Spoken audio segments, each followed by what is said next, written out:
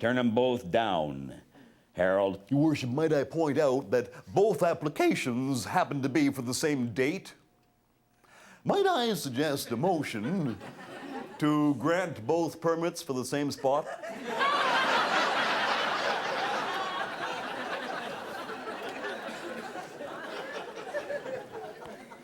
Carried.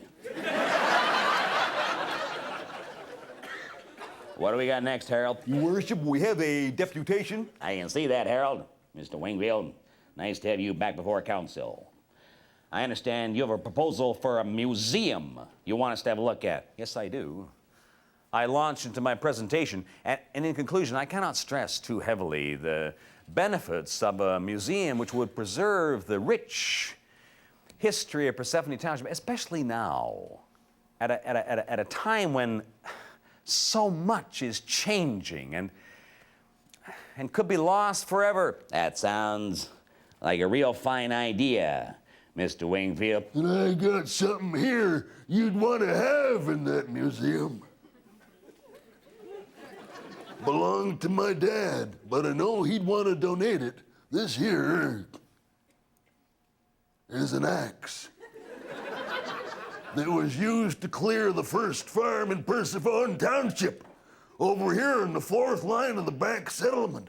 Would have been 1836.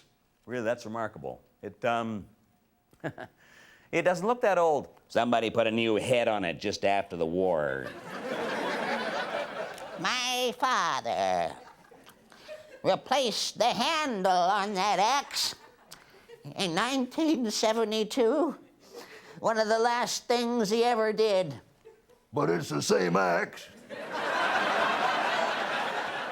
Now, if you want some real history, my great-great-grandfather that did the first survey of this township cut his way up through the bush on the center road, swinging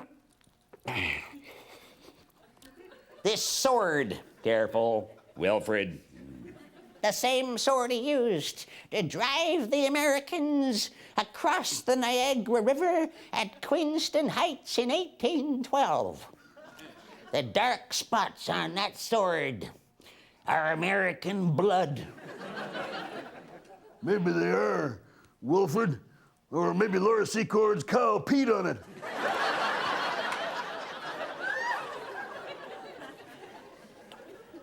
Yeah. Well, one thing for sure, that strong box that Harold uses to keep the minutes in was a gift from the first tax collector sent by the Lieutenant Governor after the Union Act of 1841. Really? That's strongbox. Huh. That's an odd gift. Gave his horse, too. And his watch, and his signet ring, and a gold tooth.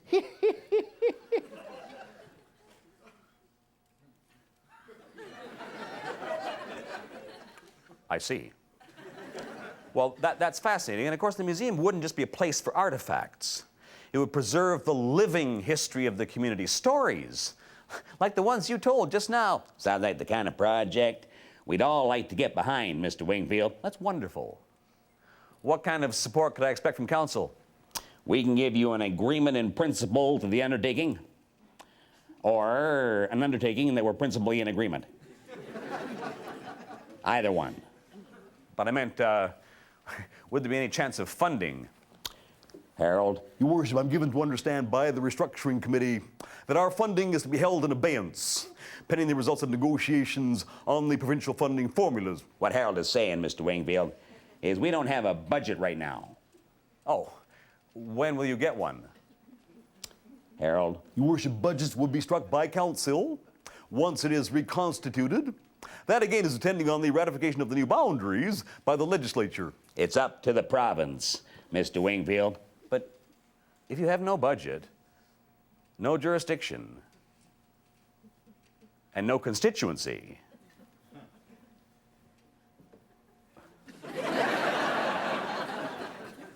why are you meeting?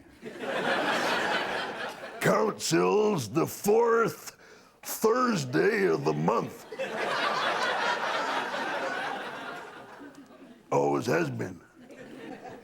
Now, Mr. Wingfield, had you given any thought as to where this museum might be located? Yes, I had. I was thinking of the abandoned mill property here in Hollyhock. I understand it belongs to the township. It's central, and it appears to be structurally... The mill? The Hollyhock Mill? Any thought to any place else? No. No, I thought... Good day, Mr. Wingfield. Thanks again for coming to council. Harold, do you have the hall committee report there? Back at Freddy's, Willie and Dave pushed past me in the doorway carrying cases of beer, followed by Spike. Rejoice, children, for ye who thirst shall be refreshed. Where did Spike come from? Oh, we were down at your place looking at the Chicago price again. Uncle Walt, guess he got lonely, wanted to tag along for the party. Since time immemorial, Maggie's absence from the community for more than 24 hours was the occasion for what was known far and wide as Freddy's Benders. Of course, Maggie no longer lives here, but her going away still triggers a powerful reflex response. The phone rang and Freddy answered it. Hello? Shh, shh, shh, it's Maggie. Uh-huh. Uh-huh. Oh, yeah. Oh, sure we will. No. You bet. Walt, haven't seen Walt all day. There's lights on at the barn. I expect he's closing up. Okay. Yeah, well, we'll see you then. She's safe and sound in Barry. Till Monday. Gentlemen, you may smoke. Hey, Walt, you hang on to these till Monday? What are these? They'd be the coil wires for every internal combustion engine on the farm. Yeah, it's part of our designated drinking program. Now, if you hide them somewhere and don't tell us till Monday, the chances are that the township be a safer place. Good day, Squire. Come on in. Good day, fellas. My doctor tells me I'm not to do any work. So I figured this is the place not to do it. They settled into couches, dogs flopped around their feet, Dave tuned up his guitar, and Freddy blew the dust out of his accordion. So, Walt, how'd your meeting go with the Fathers of Confederation down there? Well, they seemed quite supportive, until I told them I was thinking of using the mill in Hollyhock. The Hollyhock Mill? Was that where you want to put it? Now, Walt, you never told me that. Could somebody please explain to me what the problem is with that property? Yeah, sure. It's haunted, Walt. Haunted? Oh, Uncle Walt, you don't mean to say you've been up here this long and nobody's told you the story of the Laird McNabb and the curse on the Hollyhock Mill? You gotta tell 'em, Willie. I gotta have an accordion for this.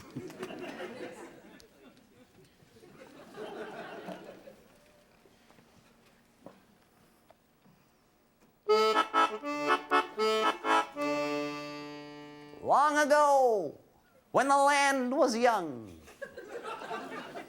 and men paid cash for their cars, the Laird McNabb owned all the land from Hollyhock up to the Glen, and though he was wealthy, he was a hard man. He grew a bit of corn, and he milled a bit of flour, and he stilled a bit of gin. But the chief delight he took in life was giving the back of his hand to the poor country folk of the township. One night a banshee appeared to him as he was going to bed and said, "McNabb, you've cheated the honest farmers of this township long enough, and if you do not mend your ways, I will smite you like you've never been smit before." Well, that would have been good enough for the likes of you and me, being interviewed by a banshee in the middle of the night while standing in your underwear. That'd make an angel out of some of the worst cases in the commercial hotel. They're not the Laird McNabb. He scorned the banshee's words, so the banshee caused the corn harvest to fail. and dried up the creek so the mill would not run.